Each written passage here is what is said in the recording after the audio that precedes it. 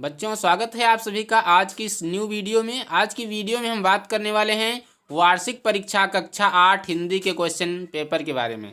यानी कि आज हम वार्षिक परीक्षा कक्षा 8 हिंदी का क्वेश्चन पेपर शो करने वाले हैं और आज की वीडियो में हम बताएंगे आपको कि किस प्रकार से आपको अपनी परीक्षा में करना है ताकि अच्छे से अच्छे मार्क्स आपको मिल सकें।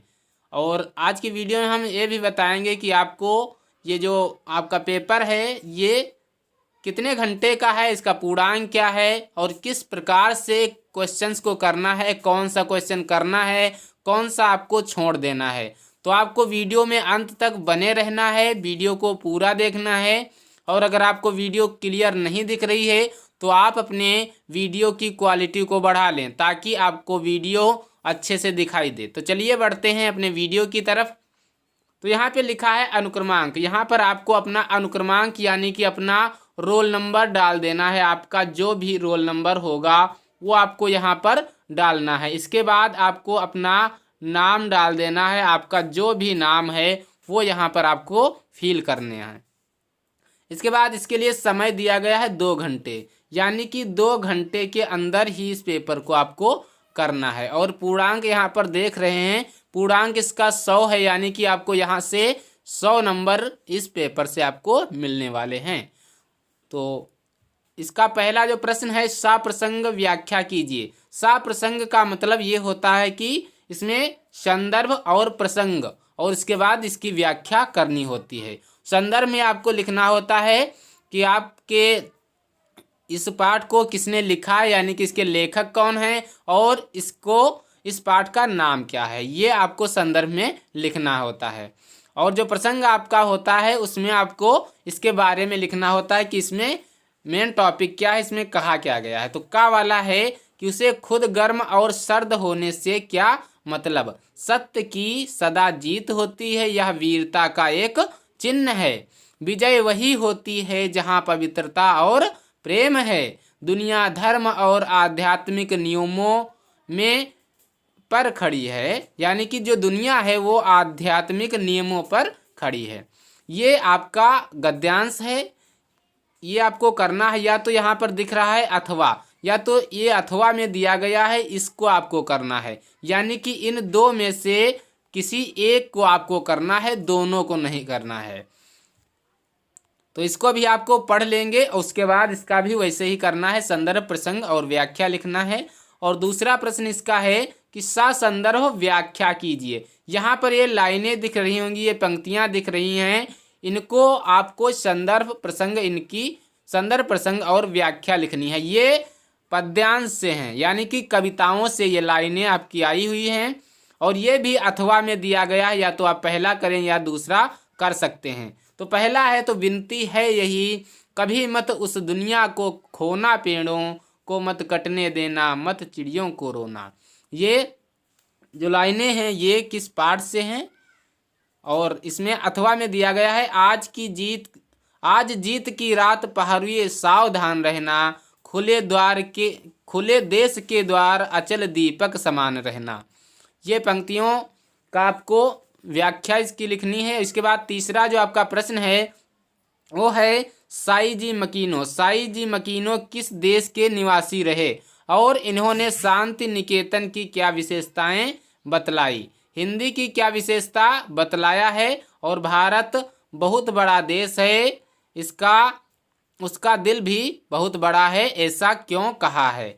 ये आपको इसका आंसर आपको देना है अथवा में। अगर ये आपको नहीं याद है पहला वाला, तो ये दूसरा वाला आप कर सकते हैं कि इस संसार में दब्बू और रीढ़ रहित लोगों के लिए कोई स्थान नहीं है, ऐसा क्यों कहा गया है। इसका आंसर आपको देना है, 2 में से एक करना है। अथवा का मतलब होता है कि आपको एक हिंट मिल जाती है कि आप 2 में से जो आपको याद हो वो करें।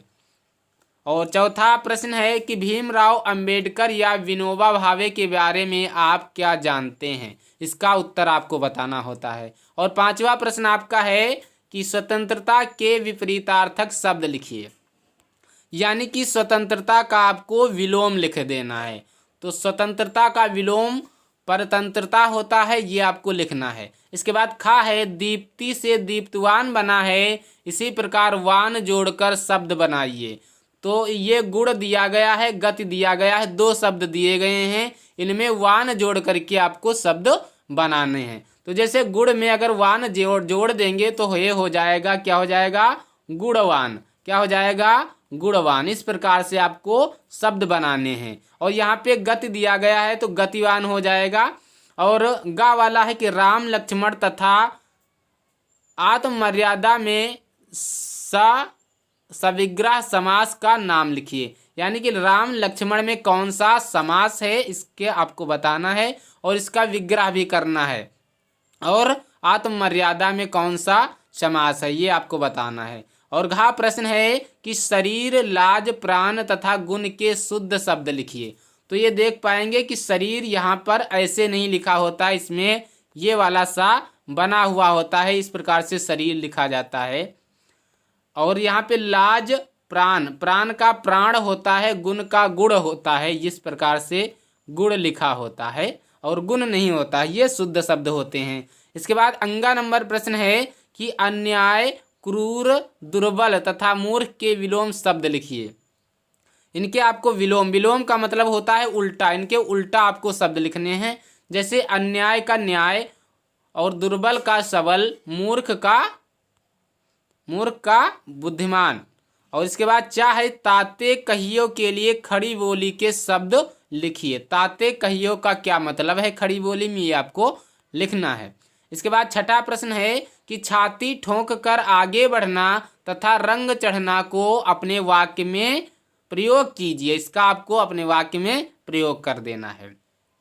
और सातवां प्रश्न है कि हिंदी में अर्थ लिखिए। ये आप देख पाएंगे कि यहाँ पर संस्कृत में ये लिखा हुआ है, इसका आपको हिंदी में अर्थ लिखना है, यानी कि इसका आपको हिंदी में अनुवाद कर देना है। अगर आप ये पहला वाला नहीं कर पा रहे हैं तो आपके लिए अथवा में दिया गया है, ये खा वाला कर सकते हैं। हस्तस्य भूषणम दानम सत्यम, कंठस्य भूषणम त्रोत्रास्य भूषणम, शास्त्रम भूषणम, किम प्रयोजनम।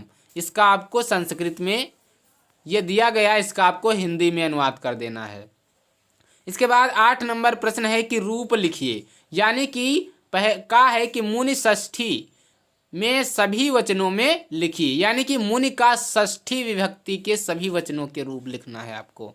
और खा है दृश्य अथवा स्था का लट वर्तमान एक वचन में लिखिए। यानी कि दृश्य अथवा स्था धातु के लट लकार वर्तमान काल का एक वचन में रूप आपको लिखना है।